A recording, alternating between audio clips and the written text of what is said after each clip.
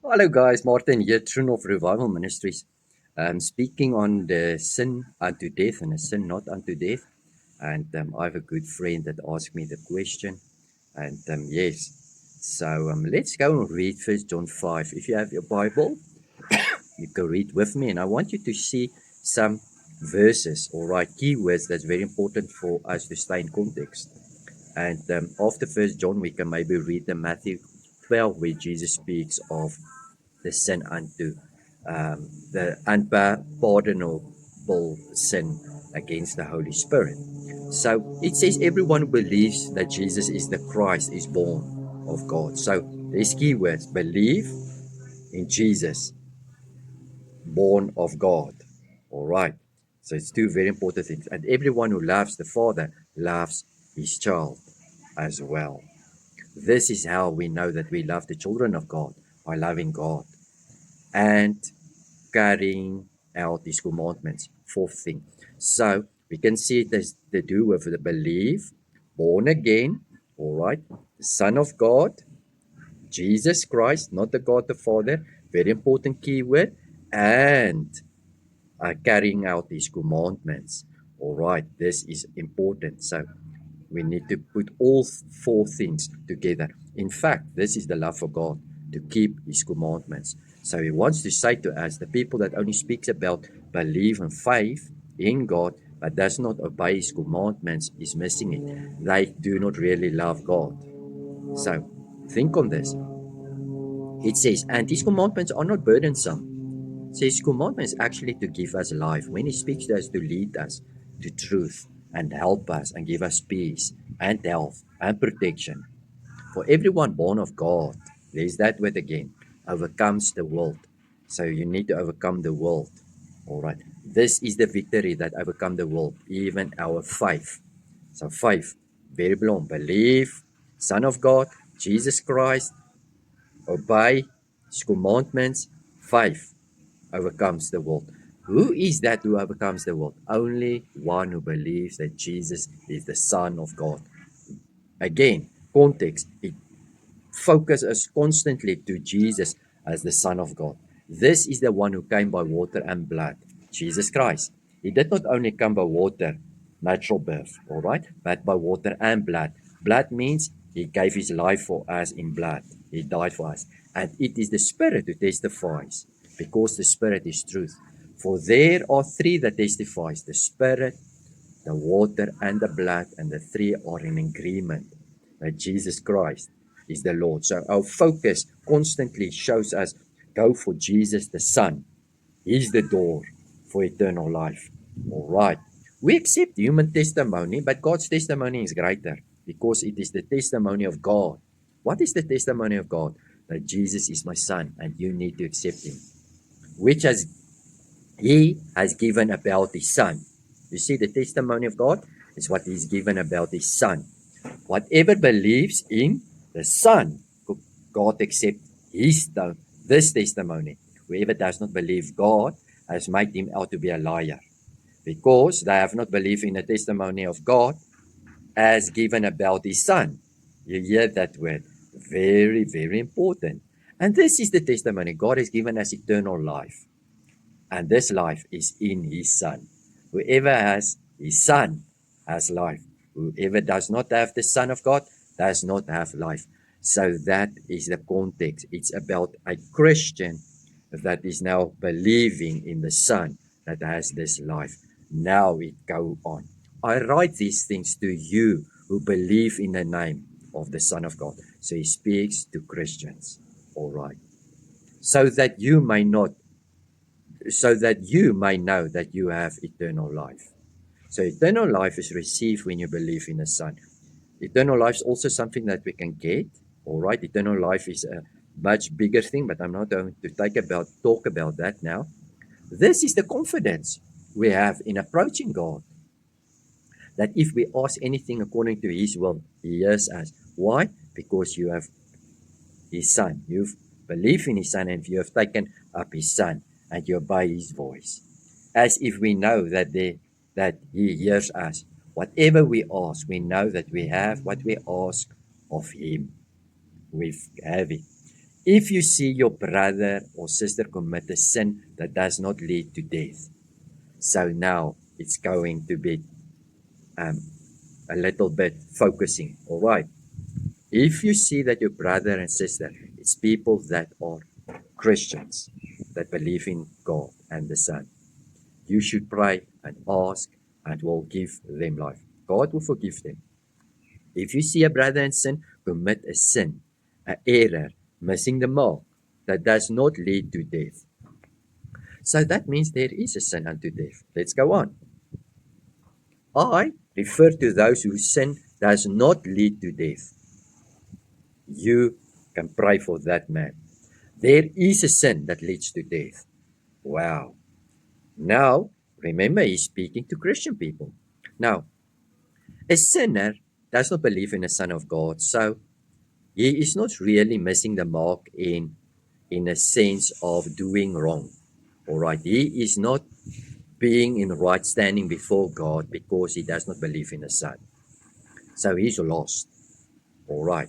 And he needs to come to the Holy Spirit. And that's what Matthew 12, what Jesus is speaking about, the pardon and the unpardonable sin against Holy Spirit. I'm going to read that as well for you just a little bit later. But now, let's come back. He's speaking to a brother. I'm speaking here. He said, if you see a brother and a sister commit a sin that does not lead to death, you should pray and God will give them life. He will forgive them and give them life. But I refer to those sin that does not lead to death. There is a sin that leads to death. And I'm not saying that you should pray about that. All wrongdoing is sin. And there is a sin that does not lead to death. But God can give you life.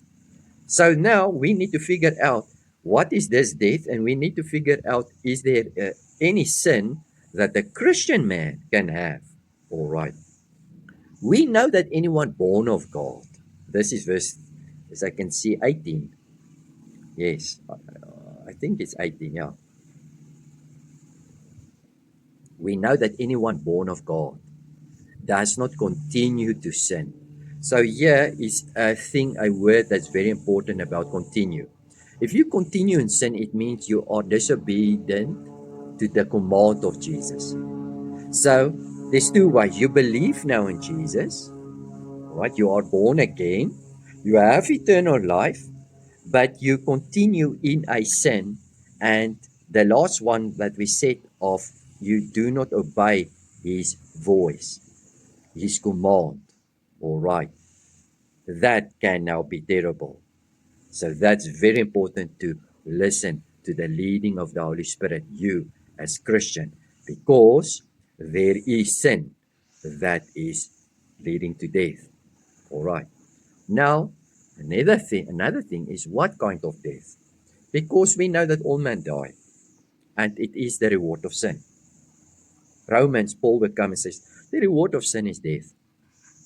So we know that all men sin as well. That means that no one is righteous before God. No. It is a thing that God wants to tell us, that there is a sin that leads to death, a separation between you and him. All right.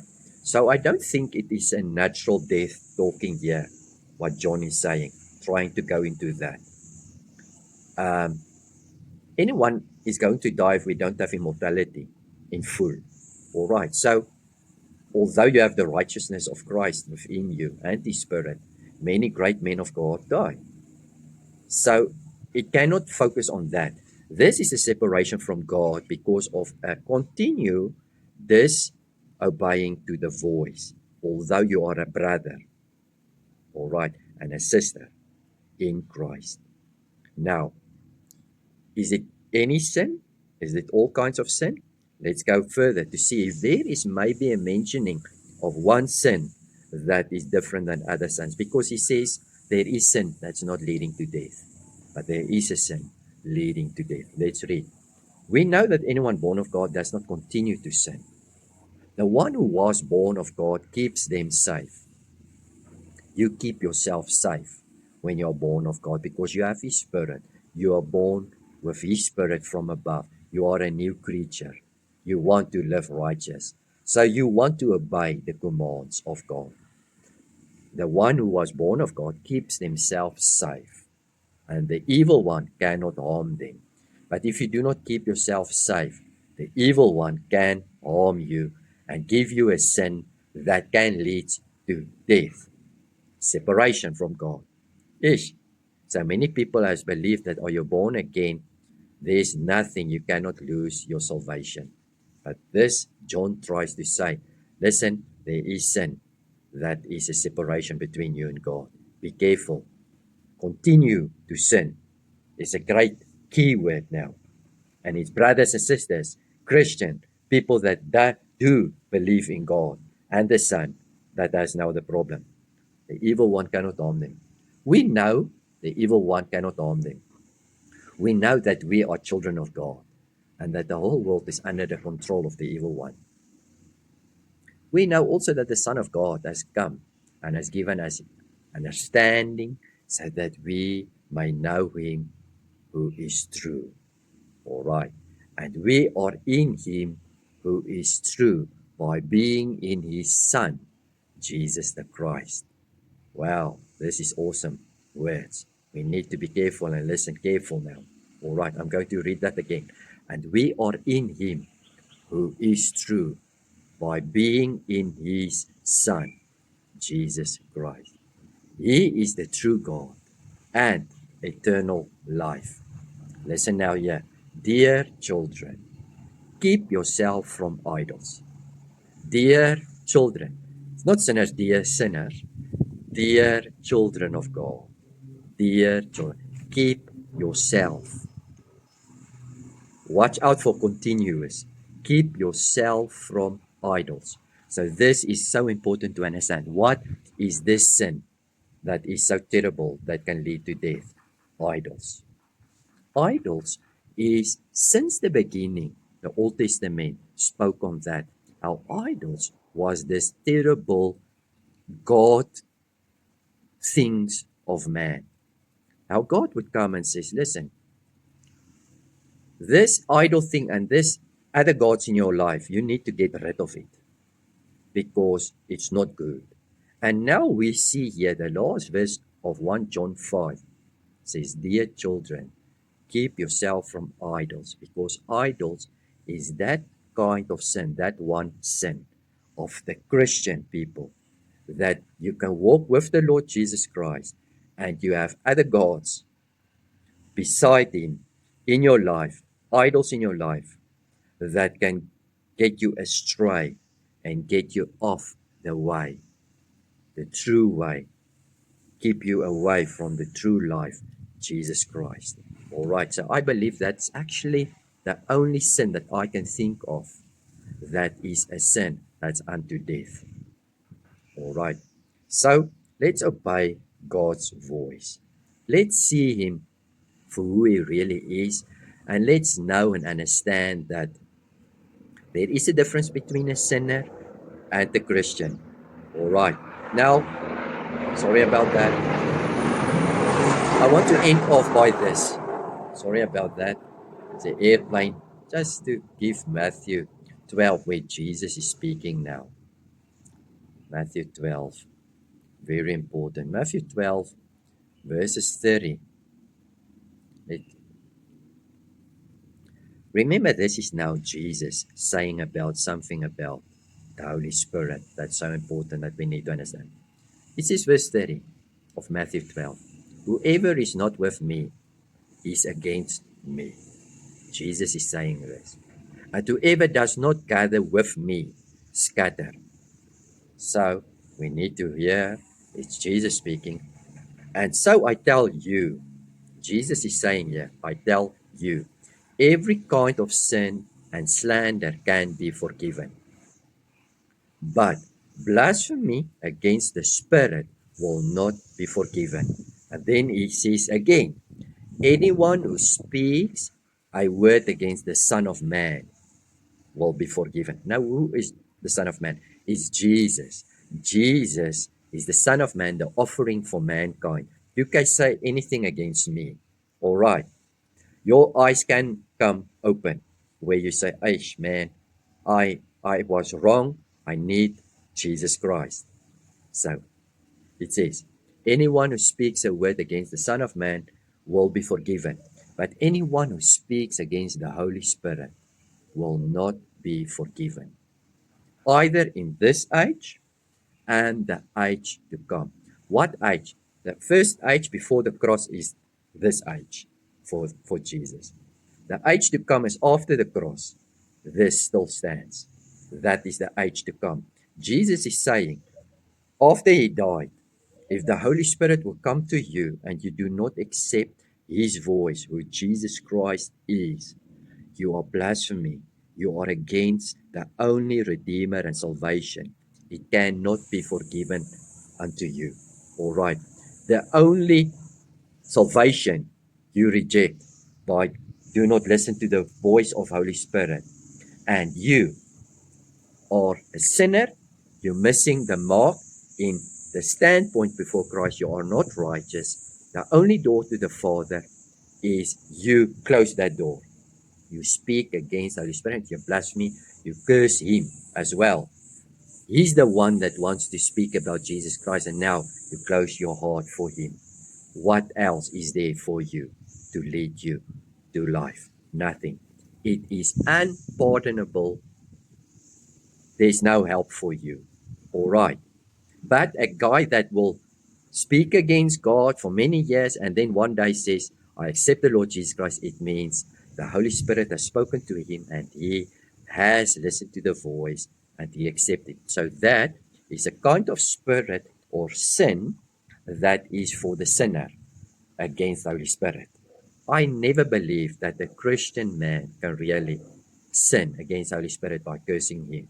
Why would you do that? You are then born of him. You love him. You have life. You have eternal life. So that of Matthew, where Jesus is speaking in the Old Testament, going to the cross, is for the sinner, sinning against Holy Spirit. This now is where John speaking to the Christian man, and he says, I don't want you to miss it. I want you to understand as a brother that there is a sin that leads to death, and it's idol. Idol worship can get you off track and get you to a place where death is. Spiritual separation between you and God. And then the reward of sin is also a natural death as well that will come to you because you continually do this thing that is bad. I see Christian people, many people does not know or think it is possible that there is Christian people that knows the Lord, that love him once, that went after other gods. We have known about people that went after Satan, became Satanists, and it doesn't make sense that these people go for to become a Muslim, become Hindu, become a Satanist. Doesn't make sense, but there is people. It is these idols of bad doctrine coming to them and taking them a little bit, for a little by little by little, off the track until there's a separation between you and your Father. And that will lead to death, spiritual death, and the reward of death. There is a sin that leads to unto death, and it is a continuous thing. So I also believe when you do a sin that leads to death, and it's not a continuous thing, and the Holy Spirit will speak to you, and you repent, God can help you and forgive you. But this speaks of a continuous thing, a harden of heart, and you do not listen. And that will lead you unto this separation. All right. Think on this. Many people think that the Christian can do whatever he wants, and it doesn't matter. It will not lead to death. But think on that a little bit. That's crazy to think that way. You cannot do what you are pleasing. And this is what John 5 said. 1 John 5 said, a guy that's born of God keeps himself safe and doesn't want to go in a sin. And now if you go into a sin and it's a continuous sin, a disobeying to the voice and the commands of the Lord, of course there's a separation, because the word death means separation. I hope this helped you, explain to you. It's a dangerous thing. Don't think that you are eternal safe because of God's side. You are eternal safe because of God and you working together, keeping yourself safe. That's what John says, keeping yourself safe. And come to a place where you say, Lord, I'm sorry, forgive me. So let's pray for people that is sinning and missing the mark, and God will give them life. Be blessed in Jesus' mighty name.